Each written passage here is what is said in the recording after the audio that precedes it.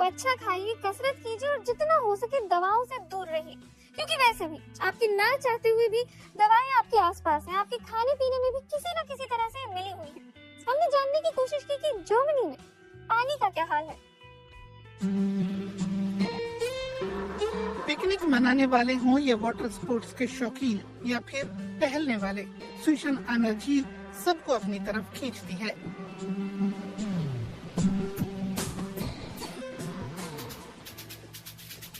लेकिन जर्मनी की इस लोकप्रिय झील में बैक्टीरिया की कई रेसिस्टेंट किस्में मिली हैं।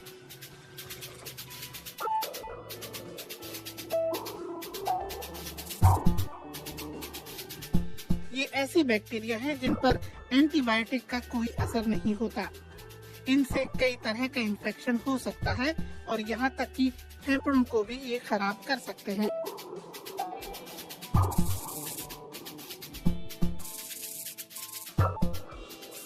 ये बैक्टीरिया सबसे ज्यादा वहाँ फैलते हैं जहाँ एंटीबायोटिक्स का इस्तेमाल अधिक होता है, यानी अस्पतालों में और जानवरों के फार्म में।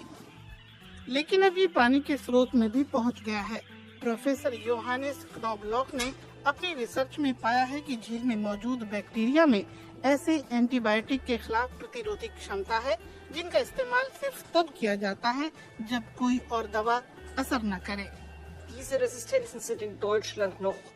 जर्मनी में बहुत ही कम मरीजों में ऐसे रेसिस्टेंट बैक्टीरिया देखे गए हैं, लेकिन फिर भी हम इन पर बहुत ध्यान दे रहे हैं और समझना चाह रहे हैं कि ये किस तरह से फैलते हैं।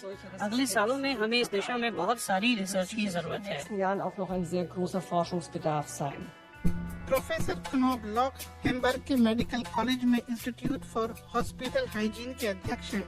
साल 2017 से वो एक प्रोजेक्ट का नेतृत्व कर रहे हैं। इस प्रोजेक्ट के तहत वो समझना चाह रहे हैं कि वाटर ट्रीटमेंट प्लांट में पानी से मल्टी रेसिस्टेंट बैक्टीरिया को कैसे हटाया जाता है। उन्होंने पाया कि ज्यादातर प्लांट्स बैक्टीरिया को कुछ हद तक ही हटाने में कामयाब रहते हैं, खासकर अस्पतालों और जानवरों के फार्म के आसपास मिलने वाले पानी के स्रोत से। जोरदार बारिश के बाद बैक्टीरिया सबसे ज्यादा संख्या में मिलते हैं। ऐसा इसलिए क्योंकि बारिश के पानी के साथ साथ नालों का पानी भी नदी और तालाब में पहुंच जाता है। इसके अलावा पक्षियों के जरिए भी पानी में मल्टी रेसिस्टेंट बैक्टीरिया पहुंच सकते हैं।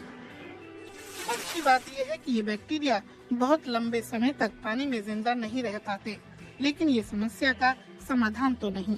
बैक्टीरिया की प्रतिरोधी क्षमता खत्म हो जाती है या नहीं, ये हम नहीं जानते। बैक्टीरिया एक दूसरे से रेसिस्टेंस ले सकते हैं और ऐसा हो सकता है कि किसी दिन उन बैक्टीरिया के अंदर प्रतिरोधी क्षमता पहुंच जाए जो इंसानों को बीमार करने के लिए जिम्मेदार होते हैं।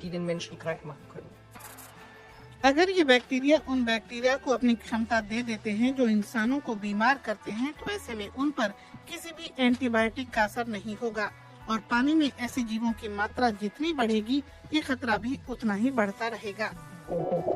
बैक्टीरिया में प्रतिरोधी क्षमता इसलिए भी बनती है क्योंकि एंटीबायोटिक का गलत और जरूरत से ज्यादा इस्तेमाल किया जाता है।